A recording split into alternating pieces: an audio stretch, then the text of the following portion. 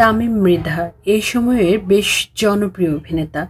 Modelling সহ মূলধারার কাজে তাকে সবসময় দেখা যায়। তবে তার বড় ভাই জানিয়েছেন তামিম নাকি মূলধারার বিনোদন মাধ্যমে আর অভিনয় করবেন না।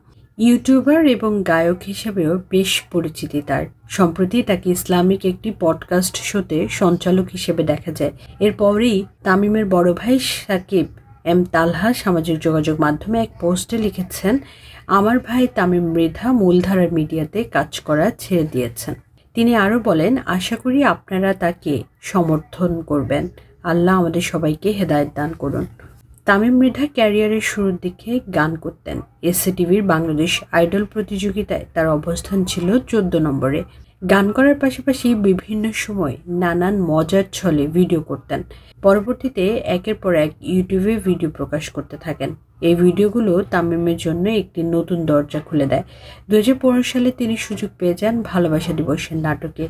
এয়ারটেলের নতুন টেলিছবির নাম ছিল মান কি বিজনেস। পরিচালক রাহাত রহমান। এভাবেই তার অভিনয়ের শুরু। পরে তিনি নিয়মিত নাটকে অভিনয় শুরু করেন।